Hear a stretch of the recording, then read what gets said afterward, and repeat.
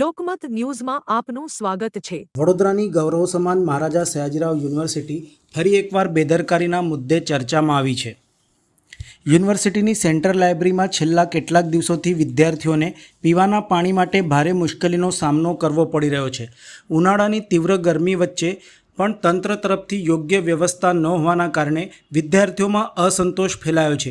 લાઇબ્રેરીમાં તાજેતરમાં નવા વોટર મશીનો તો સ્થાપિત કરવામાં આવ્યા છે, પરંતુ તેઓ હજુ સુધી કાર્યરત કરવામાં આવ્યા નથી। પરિણામે વિદ્યાર્થીઓ માટે આ મશીનો માત્ર દેખાવ પૂરતા સાબિત થઈ રહ્યા છે। વધુ ચિંતાજનક બાબત તો એ છે કે મશીનોની આસપાસ ખુલ્લી વાયરિંગ જોવા મળી રહી છે, જે પાણી સાથે મળીને જોખમકારક પરિસ્થિતિ ઊભી કરી શકે છે। હાલમાં ઉપયોગમાં લેવાતું જૂનું વોટર કુલર પણ વિદ્યાર્થીઓને રાહત આપી શકતું નથી।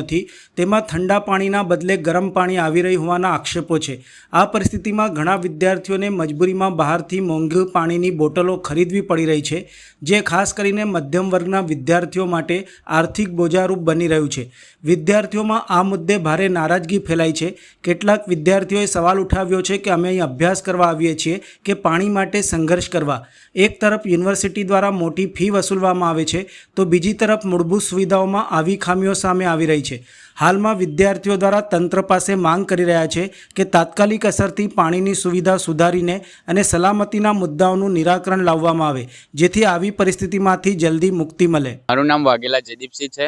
હું BA આર્ટ્સમાં છું, ફર્સ્ટ યરમાં, અને હું લાઇબ્રેરીમાં વાંચવા આવતો હોઉં છું રોજ, પણ અહીં આ પાણીની સુવિધા છે નહીં પ્રોપર, મતલબ આવતું નથી, પાણી બંધ છે 6-7 દિવસથી।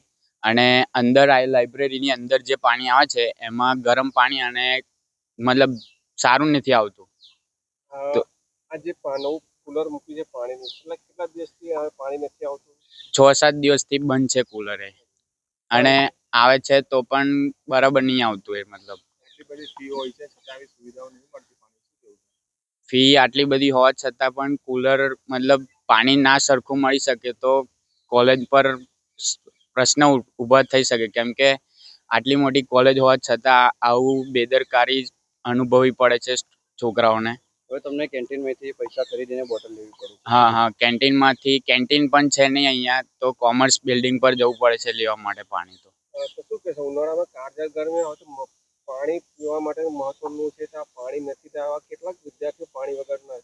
કેટલા બધા વિદ્યાર્થીઓ જેમ કે ઉપર હોય છે જે વાંચતા હોય છે, એ લોકોને પણ પાણી લેવા માટે કેન્ટીન પર જવું પડતું હોય છે। આજુબાજુમાં લાઇબ્રેરીમાં જે પાણી આવે છે એ બરાબર આવતું નથી, ગરમ પાણી આવે છે। તો આજે પીવાનું પાણી જે કુલર મૂકે શોભાના ગાંઠિયા સમાન, તમે માનો છો?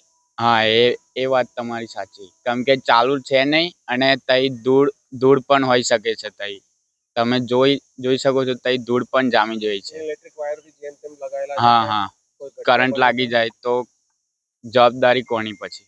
શું નામ તારું? મારું નામ વાઘેલા જયદીપસિંહ।